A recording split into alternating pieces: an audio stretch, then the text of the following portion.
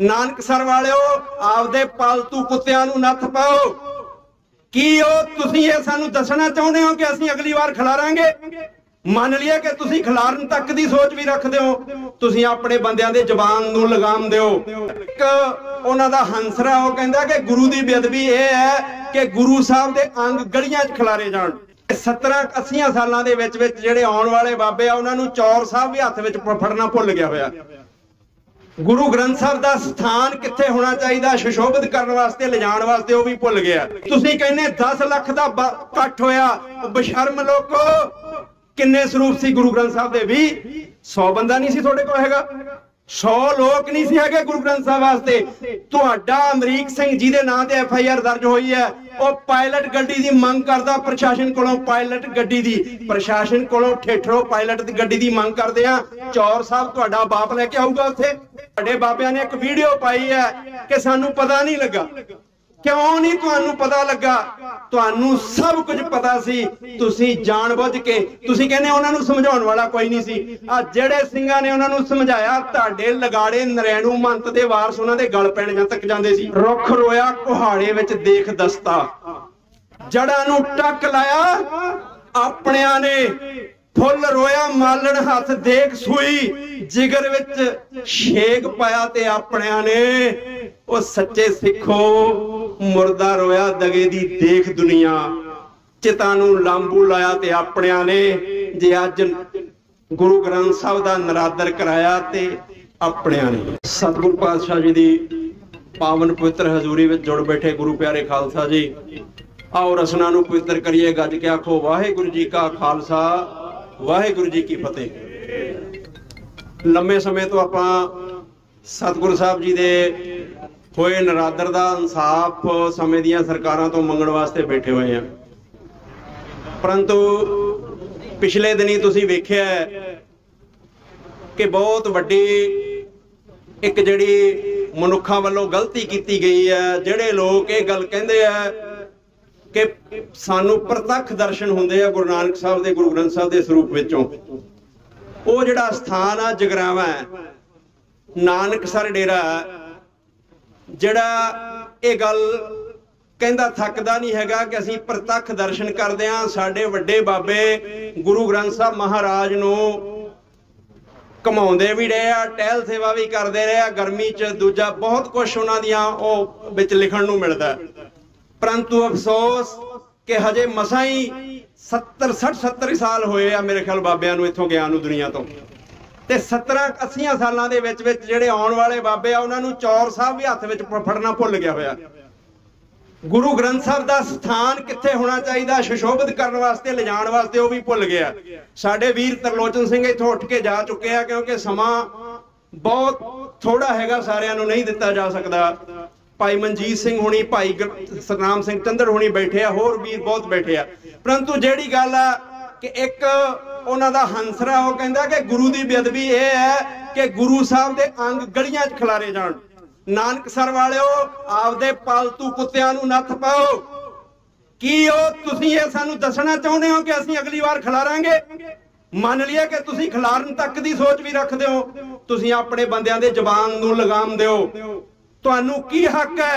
अकाल तख्त साहब जे तुसीं दूजियां मर्यादा कोई नहीं मानदा, अकाल तख्त साहब दी मर्यादा ये गल कहंदी है कि 5 ਸਿੰਘਾਂ ਦਾ होना जरूरी है गुरु ग्रंथ साहब का स्वरूप ले जाने वास्ते। तुसीं कहने 10 लाख का इकट्ठ होया, बशर्म लोको किन्ने स्वरूप सी गुरु ग्रंथ साहब दे? भी 100 बंदा नहीं सी थोड़े को हैगा, 100 लोग नहीं सी हैगे गुरु ग्रंथ साहब वास्ते। तुहाडा अमरीक सिंह जी दे नाम ते FIR दर्ज होई है, ਉਹ पायलट गड्डी दी मंग करदा प्रशासन कोलों, पायलट गड्डी दी प्रशासन कोलों ठेठरो पायलट दी गड्डी दी मंग करदे आ। चौर साहब तुहाडा बाप लेके आऊगा उत्थे? फिर तुसीं कहने हो तुहाडे बाबिਆਂ ने एक वीडियो पाई है कि सानू पता नहीं लगा। क्यों नहीं तुहानू पता लगा? तुहानू सब कुछ पता सी, तुसीं जानबुझ के तुसीं कहने उन्हां नूं समझाउण वाला कोई नहीं सी। आ जेड़े ਸਿੰਘਾਂ ने उन्हां नूं समझाया तुहाडे लगाड़े नरैणू मंत दे वारस उन्हां दे गल पैण तक जांदे सी। की कित्थे जाके रोईए, किनू रोईए? फिर कहना पऊगा ना, रुख रोया कुहाड़े विच देख दस्ता, जड़ां नूं टक लाया अपनियां ने, फुल रोया मालन हथ देख सूई, जिगर विच शेक पाया ते अपनियां ने। ओ सच्चे सिखो मुर्दा रोया दगे दी देख दुनिया, चिता नूं लांबू लाया ते अपनियां ने। जे अज गुरु ग्रंथ साहब दा नरादर कराया ते अपनियां ने। दूजा कौन है इत्थे? अज 7-8 साल तो इत्थे बैठे आ, सारे बैठे आ, वखरी वखरी इहदे विच जकारे वाली ते कोई गल बनदी नहीं है। चलो खैर अपनियां अपनियां उन्हां दियां भावना, परंतु अज असीं राह किहड़े ते पै गए आ? किहनूं कहिए? उस जिहड़ी अधूरी जी FIR दर्ज कीती है ਉਹਦੇ संबंध विच भी सोशल मीडिया ते ध्यान रखियो, क्योंकि इत्थे प्रोग्राम लो जी पंज प्यारे सिंघां वालों हुक्म होया भी बाबा लखा ते बाबा नरैण सिंह दा जिहड़ा ओह घाला सिंह है ते जिहड़े होर उत्थे 25-27 हो तुसीं ओहदा एटीट्यूड वेखना लखे दा एटीट्यूड। कहंदा जी मेरे सेवादारां वालों कताई नहीं होई। वाह भाई वाह, सेवादार बंदियां दे हुंदे आ कि गुरु दे सेवादार हुंदे आ? तो बहुत कुछ कहण वाला हैगा। आने वाले दिनों में जिहड़ी अधूरी जी FIR दर्ज करके गोंगलुआं तो मिट्टी झाड़ी गई है, वो कौम नूं प्रवान नहीं हैगी। दूजी गल 31 अगस्त कल लंघ के गया दलावर सिंह दा, गुरमुखां वालों होया सी भी उन्हां दा नां जरूर किसी ने लिया नहीं हैगा, लिया जाना चाहिदा। उन्हां दा नां ते वीरो सुनहरी अखरां विच लिखिया गया। असीं कह ही रहे हां मेरा सिर जावे तां जावे, मेरा सिੱਖੀ सदक ना जावे। उन्हां ने रोड मॉडल पेश कीता है, पर अज जिन्हां ने ये रोड मॉडल पेश कीते आ वो फिर संसार दे उत्ते अपना शरीर लैके नहीं घूमते, वो तस्वीर ही उन्होंने घूमती है, वो घूम रही है।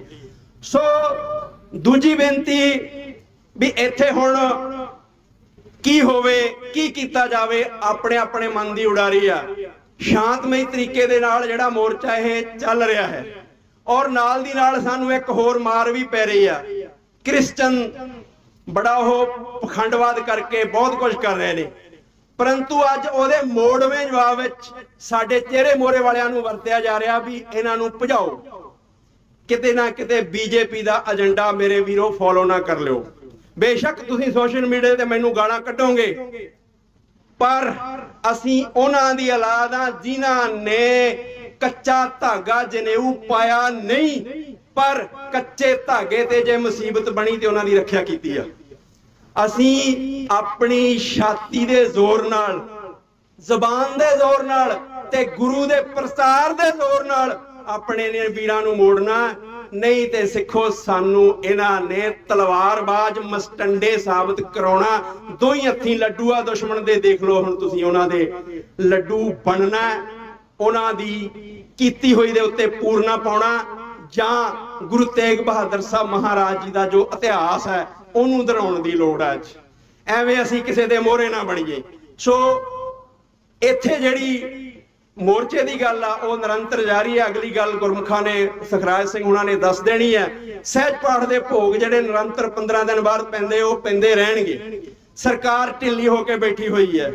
ਸਰਕਾਰ ਚਾਹੁੰਦੀ ਹੈ ਤੇ ਮੈਂ ਅੱਜ ਗੁਰੂ ਸਾਹਿਬ ਤੋਂ ਮਾਫੀ ਮੰਗ ਕੇ ਕਹਿ ਦੇਣਾ ਚਾਹੁੰਦਾ, ਪਹਿਲਾਂ ਸਰਕਾਰ ਕਹਿੰਦੀ ਸੀ ਸਾਡੇ ਕੋਲ ਐਵੀਡੈਂਸ ਨਹੀਂ ਹੈਗਾ, आ जिंदे जागदे एविडेंसा जेल तो आन के एविडेंस दिता, जिहड़ा जदों किते नशर होगा फिर पता लगूगा, क्योंकि कोर्ट दीयां गल्लां।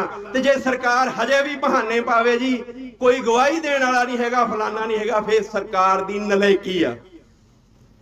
क्योंकि गवाही देनी ते स्टेज ते कहना वखरी वखरी गल है। असीं गवाहियां दे चुके हाँ, बस इस गल नूं नोट कर लिओ। ते जे सरकार हजे भी ढिल मर्थ वरतदी आ ते फिर बशर्मता ही आ। फिर 2024 साफ हो जाणगे इत्थों, जिद्दां गलत अखर अरेजर नाल मिट जांदा हैगा इदां मिट जाणगे। परंतु क्योंकि असीं कहने आ भी खालसा अपना हत्थी अपना आपे काज सवारीए, सवारना सारा कुछ, पर असीं वीरो तां करके क्योंकि ये कहंदे जी ਇਹ ਅਸੀਂ ਜੀ 26 ਜਨਵਰੀ ਨੂੰ ਗਣਤੰਤਰ ਦਿਵਸ ਮਨਾਉਨੇ ਆ, 15 ਅਗਸਤ ਨੂੰ ਆਜ਼ਾਦੀ ਹੈ। ਇਹ ਸਾਰੇ ਲੋਕ ਇੱਥੇ ਆਜ਼ਾਦ ਨੇ, ਅਸੀਂ ਬਹੁਤ ਕੁਝ ਕਰ ਰਹੇ ਆ, ਅਸੀਂ ਫਰੀडम ਆਫ ਸਪੀਚ ਆ, ਕਾਨੂੰਨ ਸਾਰਿਆਂ ਲਈ ਨਿਆਂ ਕਰਦਾ। ਇਸ ਕਰਕੇ ਅਸੀਂ ਪਰਖ ਰਹੇ ਆ ਵੀ ਤੁਸੀਂ ਸਾਡੇ ਨਾਲ ਕੀ ਕਰਦੇ ਹੋ, ਭਾਵੇਂ ਕਿ ਸਾਡੇ ਨਾਲ ਹਜੇ ਤੱਕ ਤੁਸੀਂ ਬੇਨਿਯਮੀਆਂ ਕੀਤੀਆਂ, ਪਰੰਤੂ ਅਸੀਂ ਵੀ ਜੇ ਤੁਸੀਂ ਸਾਨੂੰ ਸੂਈ ਮਾਰ ਕੇ ਚੈੱਕ ਕਰਦੇ ਆ, ਅਸੀਂ ਵੀ ਹਿੰਦੁਸਤਾਨ ਦੇ ਨਿਜ਼ਾਮ ਨੂੰ ਚੈੱਕ ਕਰਦੇ ਆ ਵੀ ਤੁਹਾਡਾ ਕੀ ਹੋ ਰਿਹਾ ਹੈ ਇਸ ਮਸਲੇ ਵਿੱਚ। ਕਿਉਂਕਿ ਮਨ ਜਾਣਤ ਸਭ ਬਾਤ ਜਾਣਤ ਹੀ ਅਵਗਨ ਕਰੇ, ਕਾਹੇ ਕੀ ਕੁਸ਼ਲਾਤ ਹਾਥ ਦੀਪਕ ਕੂਏ ਪਰੇ। ਹੁਣ ਇੱਥੇ ਖੜ ਗਈ ਆ ਸਰਕਾਰ, ਹੁਣ ਸਾਰਾ ਪਤਾ। ਪਹਿਲਾਂ ਸੀ ਜੀ ਗਵਾਹੀ ਨਹੀਂ ਕੋਈ ਚੱਜ ਨਾ ਦਿੰਦਾ, ਹੁਣ ਗਵਾਹੀਆਂ ਵੀ ਹੋ ਗਈਆਂ, ਸਾਰਾ ਕੁਝ ਹੋ ਗਿਆ। ਤੇ ਜੇ ਹੁਣ ਤੁਸੀਂ ਇਨਸਾਫ ਨਹੀਂ ਦਿੰਦੇ, ਫਿਰ ਤੁਹਾਨੂੰ ਧੌਣੋਂ ਫੜਨ ਲਈ ਖਾਲਸਾ ਪੰਥ ਤਿਆਰ ਬੈਠਾ। ਹੋਈਆਂ ਭੁੱਲਾਂ ਚੁੱਕਾਂ ਦੀ ਖਿਮਾ। ਵਾਹਿਗੁਰੂ ਜੀ ਕਾ ਖਾਲਸਾ, ਵਾਹਿਗੁਰੂ ਜੀ।